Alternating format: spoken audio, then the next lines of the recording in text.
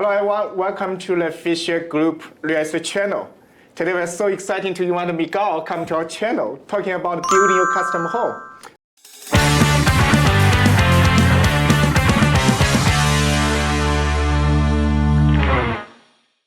Yeah. Okay. Some clients ask me question, Fisher, when is the best time to start to construction? And there's no right and wrong other than I would certainly say don't start in the winter. Don't start in winter. Yeah. So basically from December to February. Yeah. That 3-month period, stay away from it. Okay. Why? The weather's really unpredictable. You go from hot, cold, and frost, melting, frost, and that's a critical stage when you're doing your foundation, right? And foundation is one of those things you can't redo easily, right? So you want to ensure you have good, weather conditions to pour your foundation, so that your foundation's not going to give you problems in the future. Okay. Right, and when the weather's unpredictable, not to say that every foundation that goes in there's going to be problems with it. It's a small percentage. Yeah. But you just increase the risk. That's all. Okay. Yeah. So not good for the foundation. Not good for foundation, or it just opens up the opportunity for some issues down the road. Yeah. Any suggestion for the best time to start? Nope, anytime. Anytime. Spring all the way through fall is a good time. Yeah. Sure, yeah. Okay. So, yeah. And we're talking about design period, permit period, and construction period. Okay. As a builder, so when the builder should involve in the stage? Do you have any recommendation? I think they should be involved even before the design stage. So before the design. Yeah. So it's a good idea to, once you're ready to build or you're thinking about building, it's a good opportunity to start engaging builders, start talking to builders.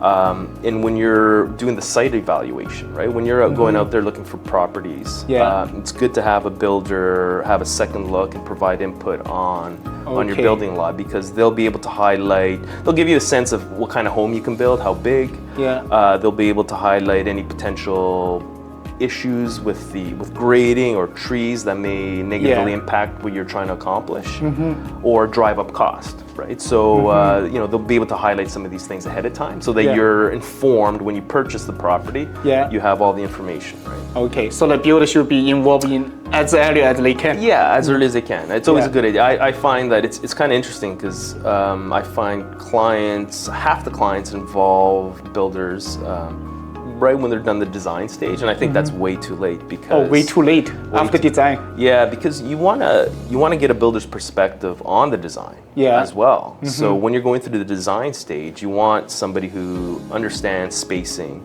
Not that architects don't, but you want another set of eyes providing you insight on things like, hey, this feature adds cost. If you make this small modification, you can reduce cost by this much.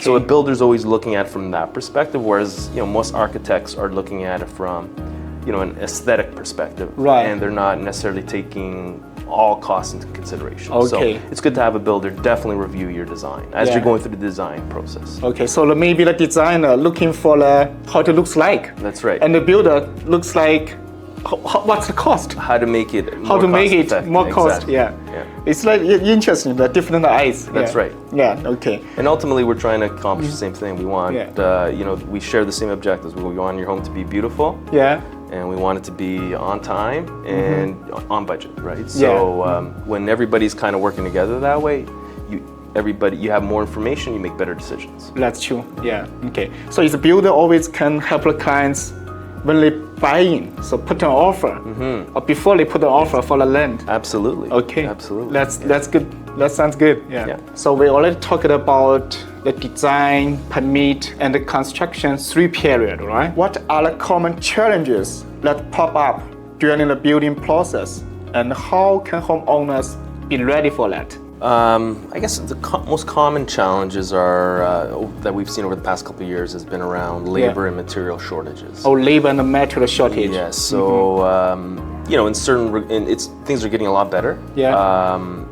And there's definitely positive signs there, but over the past couple of years, those have been kind of the 2 challenges we've had. And then just timely decision making. So clients obviously, especially in the project management and cost plus model, Yeah. they're making a lot of the decisions. And you know, if they're not making decisions in a timely way, Yeah. there's a snowball effect, and you know that creates delays. And so you know, if you're working with a well-organized builder Yeah. that's holding you accountable and ensuring you're making decisions in a timely way,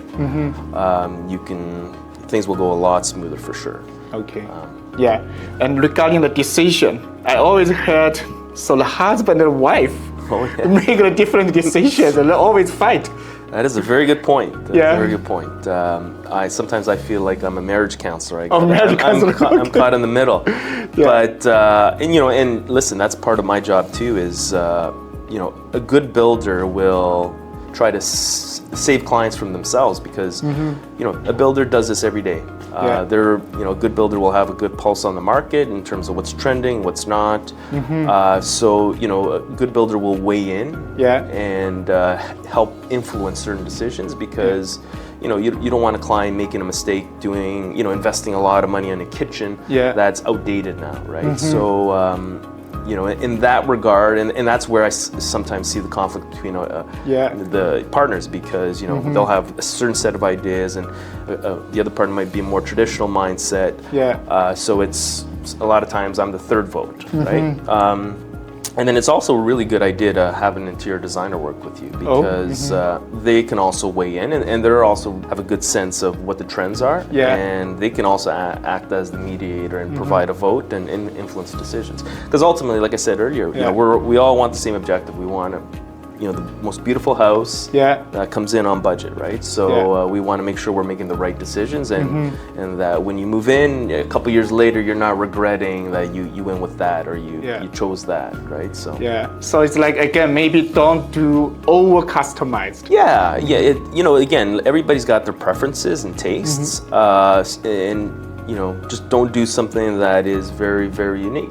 That's sort of my recommendation, right? So if you've only seen it once or twice, you may want to stay away from it. But by the same token, if you don't want to go with something that's been used 100 times either, right? So it's that finding that sweet spot in the middle, something that's kind of unique, that has a bit of unique characteristics to it, but that isn't so out there that it's going to turn a lot of people off.